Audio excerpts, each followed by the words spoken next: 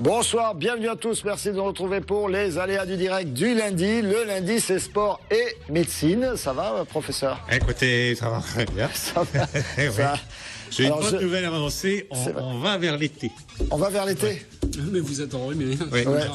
Vous allez Alors, regardez, vous allez tout comprendre pourquoi ces jeunes filles derrière moi. C'est Montpellier Nat Synchro qui a organisé son gala, c'était samedi soir, et elles sont vice-championnes de France, elles sont championnes de tas de trucs, on peut les applaudir, on peut s'applaudir. Bravo les filles, on reviendra en image avec vous sur vos exploits dans le bassin d'Antigone, c'était samedi soir. Tout à l'heure, dans la deuxième partie, on va parler tambourin, on va parler également beach volley, mais eux par contre, ils sont un petit peu perdus sur la route, nos amis du beach volley. Ils arrivent. On the beach. On the beach. La Nat Synchro avec Maëva, je vais retrouver votre nom, c'est promis, Maëva Machcourt, vous êtes l'entraîneur de toute cette joyeuse bande. Et puis, on a également Jean Brun avec nous. Ça va, Jean? Ça va, Pierre-Paul? Vous avez amené vos lunettes, c'est ça? Vous avez écrit Même gros? pas, vous avez vu? Vous avez écrit très très gros? J'ai écrit gros. Ouais. On fera un point, bien sûr, sur le foot. C'est le mercato, c'est ça en ce moment, hein, qu'on a à se mettre sous la dent. Mais tous les jours, il y a un truc. Enfin, tous les jours, il se passe des choses. Une nouvelle déclaration qui dit que... Nicolas est un grand spécialiste de ça. Eh oui, c'est aussi un peu pour ça qu'on l'aime beaucoup. On parlera de tennis également et on parlera voile. Mais tout de suite, on va parler du Kesaki, figurez-vous. Alors, qui a gagné au Kesaki ce week-end? Florence Diacono de Nîmes et Souja Younes du Pertus et puis Alain Lydie de Vauvert. Voilà, ou Lydie Alain peut-être. Des fois, Ils ont gagné des beaux cadeaux, c'est le principal. En tout cas, ils ont gagné des chouettes cadeaux et on les embrasse et on les remercie. On enchaîne avec le Kesaki parce que moi, je sais ce que c'est, encore que, mais vous, vous savez pas encore. C'est parti. Du 1er avril au 30 juillet, participez au grand jeu le Kesaki 2 avec TV Sud et LCM et gagnez une Opel Adam et plein d'autres lots. Des séjours à Port Aventura, des allers-retours pour la Corse avec la SNCM, des places de concert avec Sud Concert, des chèques cadeaux avec Cœur de Nîmes et des entrées pour les plus beaux sites touristiques du Gard. Pour jouer, rendez-vous sur www.kesaki2tvsud.com. C'est jusqu'au 30 juillet. Et regardez comment on fait bien les choses avec Eric Sidobre et Fabrice Brie qui nous ont rejoints sur ce plateau pour nous parler du beach. On peut les applaudir, mesdames, quand même. Voilà, ils ont réussi à surmonter les difficultés routières pour arriver jusqu'à nous, juste à temps. Allez, on en parle dans un instant du beach volley, mais tout de suite, ce sont les titres.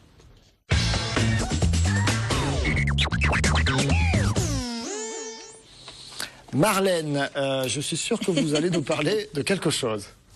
Oui, mais c'était un secret, c'est pour ça que vous n'étiez pas au courant. Le secret qui n'était pourtant pas très bien gardé depuis ce week-end, en tout cas c'est officiel. Raymond Couder ne briguera pas de 4e mandat en 2014. Le sénateur maire UMP de Béziers l'a annoncé samedi soir devant 500 militants de l'association Vive Béziers. Il ne se retire pas pour autant de la vie politique. Il souhaite se concentrer sur le Sénat et l'agglomération biterroise. C'est le député de la 6e circonscription de l'Hérault Eliabou qui mènera la liste UMP à Béziers aux prochaines élections municipales. La petite larme pour Raymond très ému, Couder. très ému. Et puis alors vous allez nous parler d'autre chose. D'autre chose aussi, c'est fantastique. Oui. On le sait, l'année 2012 a été particulièrement difficile pour les promoteurs immobiliers. Beaucoup ont revu leurs projets à la baisse, notamment en Languedoc-Roussillon. Selon la Direction régionale de l'environnement, de l'aménagement et du logement, la DREAL, les mises en chantier ont atteint leur niveau le plus bas depuis 1993. Alors pour attirer les acheteurs, certains promoteurs cassent les prix. Mais cette tendance émergente du low cost ne fait pas l'unanimité dans le secteur. On y revient dans ce journal. Et puis, vous allez nous parler encore d'une troisième chose. D'un troisième truc. Et tout à l'heure, je change comme ça. D'accord, pour m'embrouiller. À Montpellier, la Panacée a ouvert ses portes ce week-end. Pendant plus de 6 ans de travaux, l'ancien collège royal de médecine au cœur de la ville a été transformé, rénové et repensé. C'est à présent le centre de culture contemporaine de Montpellier, à la fois espace d'exposition, résidence universitaire et lieu de création. C'est un lieu qui est ouvert à tous. L'entrée est libre et gratuite. Et c'est pas un musée, ce n'est pas bel un musée. endroit en plein cœur de l'Écusson de Montpellier. On dit un mot de la météo, il paraît qu'on va vers l'été, d'après le professeur. Ah oui, alors on va vers l'été, tout à fait. Il fait beau demain. On attendait quelque chose. Oui, je me suis dit, il va se passer quelque chose, non? Il fait entre 13 et 16 degrés le matin sur les et le Gard. Ça se réchauffe 16 degrés le matin, c'est une vraie température d'été, ça. 14 encore, même. encore. 14, 23, voilà, il fera 23 à l'est, 24 c'est début à d'été, Béziers. on va dire. L'après-midi, ça se réchauffe, 26 à Nîmes et 28 à Montpellier. Merci beaucoup, chère Marlène. On ne vous retrouve pas forcément pour les deuxièmes titres parce que on fait différemment aujourd'hui. Voilà, c'est une surprise. Très surpris. Je vous surprends. Marlène, pour le journal complet, ce sera à 19h30. On enchaîne avec le sport.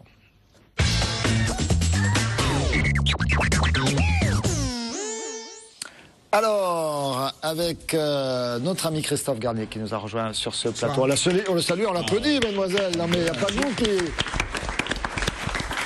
qu'il faut applaudir ce soir. Mais puisqu'on vous fait venir, c'est parce qu'on va d'abord parler de foot. Hein, on est comme ça. Ça vous fait rire à chaque fois. C'est la Saint-Jean aujourd'hui.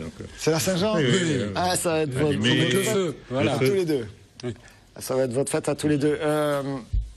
Jean-Marie, alors où on en est de ce mercato ?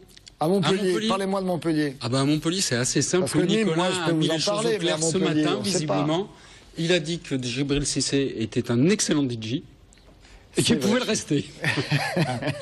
C'était très bien comme reconversion, mais qu'a priori, il ne souhaitait pas s'attacher ses services pour la saison prochaine.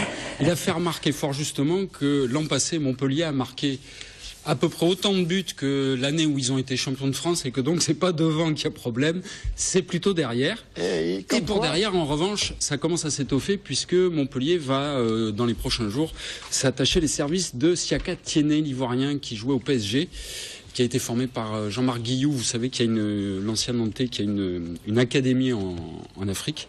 Voilà, il était libre au PSG. Il sera Montpellierin la saison prochaine si tout va bien. Et oui, pour le reste, pour l'instant, à force de stocker des joueurs au PSG, il y en a vraiment qui. Au bout d'un moment, il y en a trop. Il y en a trop. L'arrière-ban. Non, en revanche, ce qui est sûr, c'est que Marco Estrada part pour les Émirats Arabes Unis contre la somme de. C'est un vrai challenge sportif. Oui. C'est un vrai challenge financier, mais c'est une vraie perte pour Montpellier. Parce que là, pour le coup, Montpellier l'a pas vu venir. Ils comptaient le conserver et puis ils se sont pas entendus financièrement. D'où le départ là-bas pour 1,5 million d'euros. Donc Montpellier a les moyens de se faire un peu plaisir sur le marché.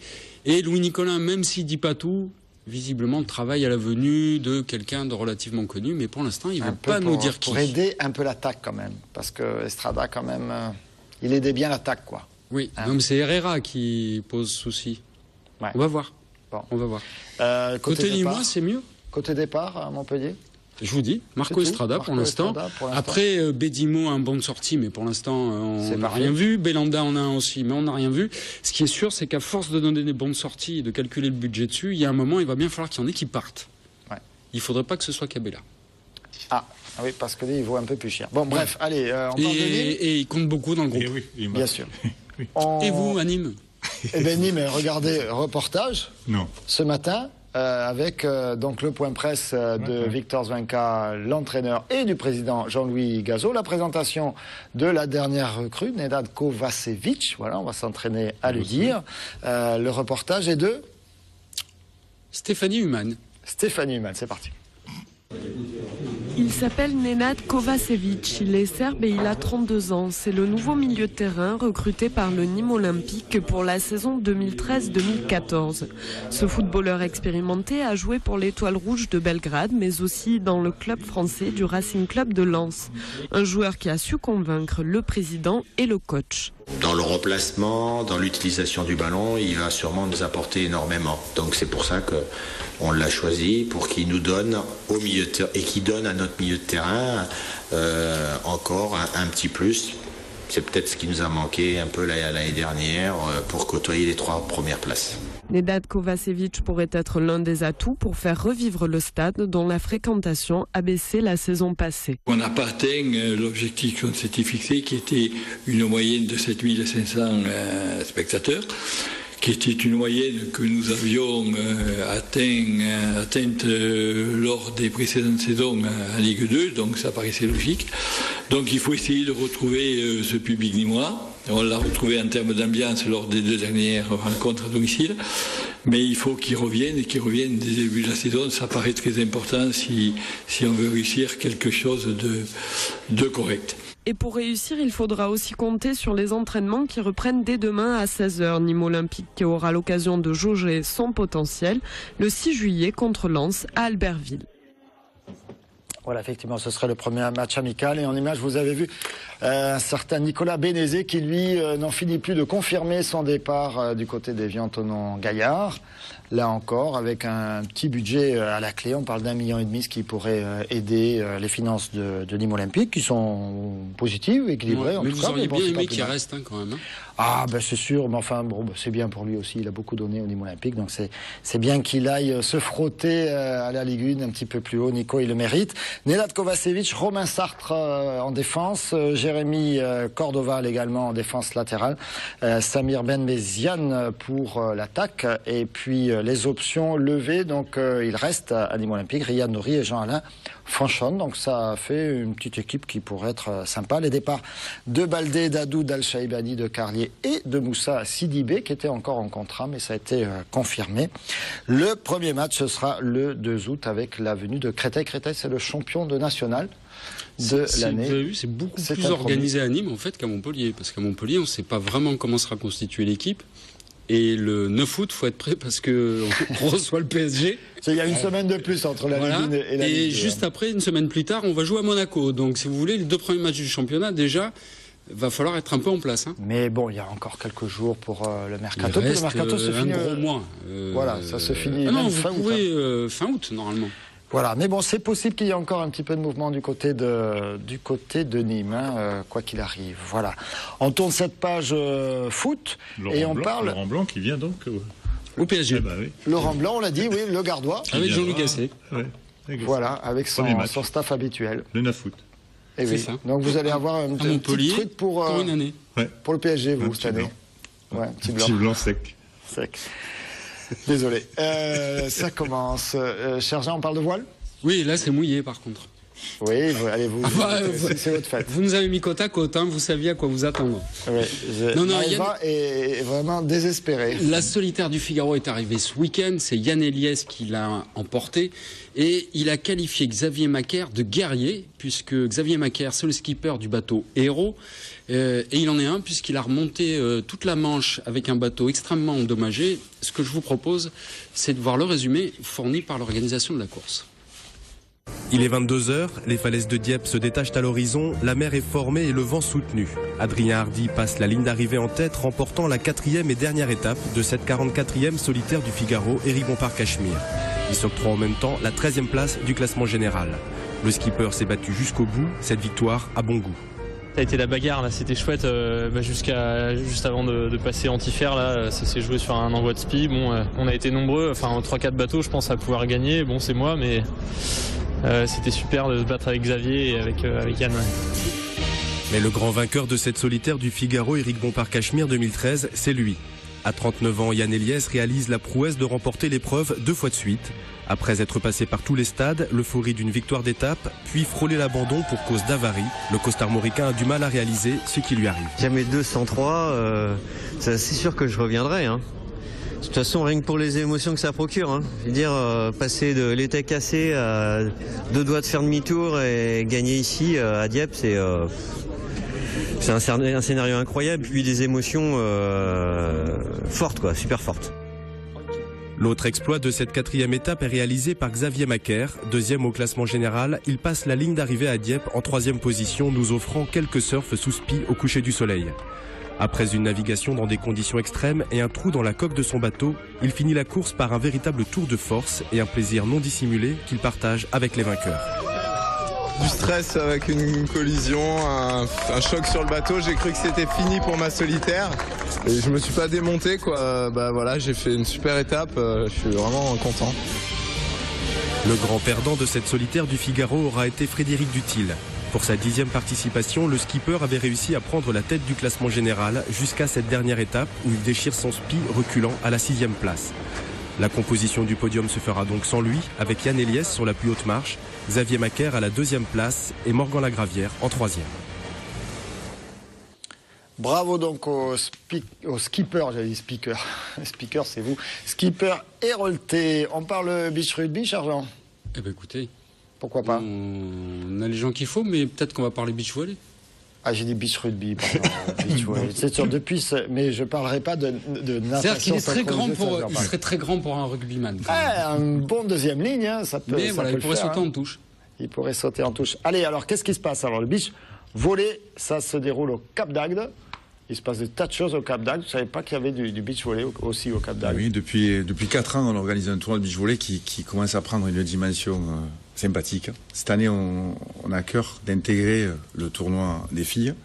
On a le gratin du volleyball français qui vient jouer sur les épreuves dans le tournoi élite le dimanche.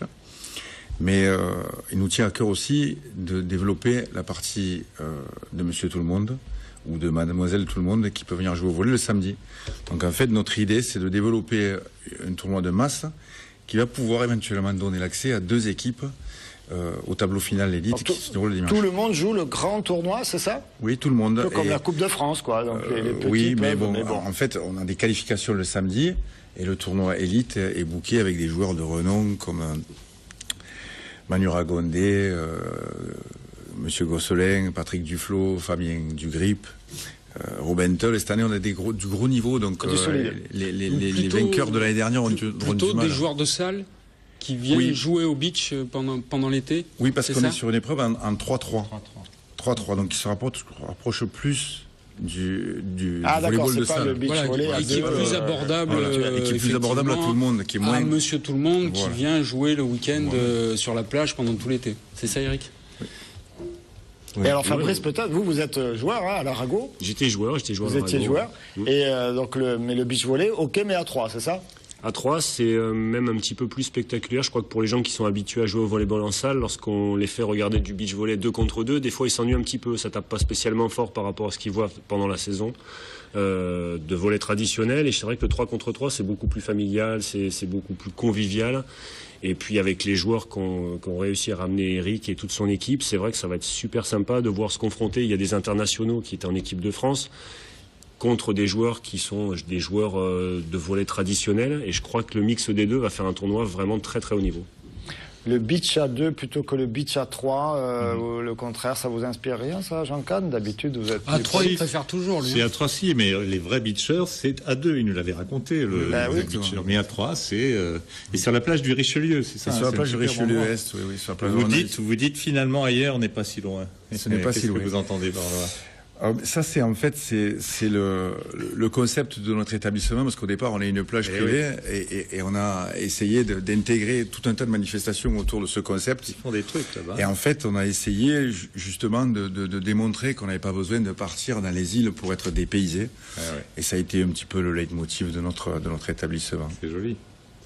Voilà. Oui, c'est très beau. Vous attendez beaucoup de concurrents. Enfin, sur la partie qualification, il y a, en général, ça se passe comment? On attend en principe 200 joueurs, entre 150 et 200 joueurs le samedi. Et donc, ce qui fait entre 50 et 70 équipes. On a fait beaucoup de com sur tous les réseaux sociaux. On a promené sur tous les tournois de green qui a eu lieu dans la région avant saison. On espère qu'on sera débordé. On a la structure pour accueillir un très grand nombre d'équipes. Ça a été notre challenge depuis maintenant plus de 2-3 mois, d'arriver à fédérer un petit peu tout le monde. Et oui, on espère qu'on aura du public, puisqu'on a fait un stade à cet effet qui va pouvoir contenir aux alentours de 400 places. Donc pour les phases finales du dimanche, les quarts de finale, demi et finale le dimanche après-midi. Mais on a vraiment à cœur, et c'est un peu notre cheval de bataille cette année, puisque le tournoi pro existe depuis 4 ans, mais d'intégrer le même principe. De l'ouvrir au maximum au grand public. Avec les filles. Donc on vous invite tous à les filles, par exemple, si vous voulez aller faire un peu qui est parrainé par Laure. De beach volley, n'hésitez pas. Vous prenez à partir de quel âge? On n'a pas d'âge. Pas d'âge. On n'a pas d'âge. C'est ouvert à tout le monde. Donc là, c'est des grandes sportives, et je ne blague pas. Donc 12, 13, 14 ans, 15 ans même, vous pouvez aller faire une équipe de beach volley à 3. À Cap d'Agde. Il faut être 3. Non, au Cap d'Agde. Oui, au Cap d'Agde, c'est à 3. J'ai une question coquine un peu pour Eric. Oui. On est habitué quand pour le passage à l'acte, tu es cap ou pas cap, Eric? Oui, attendez, on avait pris 2 cours, non? Je pense que pour jouer au volley, oui, il n'y a pas de souci. Pour le passage à l'acte, c'est joli. Il fallait que je le répète. C'est à beau rendez-vous. Passage à l'acte. Fabrice, vous êtes ancien joueur pro à Montpellier. Maintenant, commence à s'installer, on va dire, le cœur du beach volley pro, avec ce qu'ont monté Mathieu Hamel et Stéphane Canet. Les 2 équipes de France vont être installées ici. Pour vous, ça c'est important? C'est important, d'une part, parce que déjà le volley traditionnel pour les jeunes, c'est au CNVB de Montpellier. Le beach volley s'ancre aussi à Montpellier. Ça serait bien que vraiment la région soit le centre d'intérêt du volleyball en France. Ils ont fait un premier pas avec le CNVB. C'est vrai qu'en plus, Stéphane Canet, c'est un collègue à moi. Ils ont fait un très très grand travail parce que le volley, malheureusement, c'est pas assez médiatique. Et ce qu'ils sont en train de faire en ce moment, c'est vraiment fantastique. Et le fait d'avoir des tournois de très haut niveau, comme est en train d'organiser Eric en ce moment, on espère que ça va vraiment booster, faire venir des gens. Le côté 3-3, on le disait tout à l'heure, du beach volley, on est plus nombreux sur le terrain, c'est plus familial et c'est vraiment très bien que dans un endroit aussi joli que le leur, tous les gens se rencontrent, se croisent et participent à ce joli événement. Eh bien, on va donner les dates. Le lieu, on l'a donné. Le Cap d'Agde, la plage Richelieu. Les dates, c'est quand? C'est samedi 29 et dimanche 30. Voilà, donc vous pouvez regarder le début du Tour de France, mais sinon, vous pouvez aussi, ou en même temps, aller faire un tour du côté du Cap d'Agde, Master Beach Volley. On marque une courte pause. On part à Nîmes, figurez-vous. On va être un peu sérieux, on va parler économie. On va parler du déplacement de l'agglomération de Nîmes et de son service économie au salon du Bourget. Et oui, il y a une activité aéronautique à Nîmes-Garon, et il s'agissait de la promouvoir. Allez, on part à Nîmes, on se retrouve ici sur ce plateau dans quelques minutes. À tout de suite.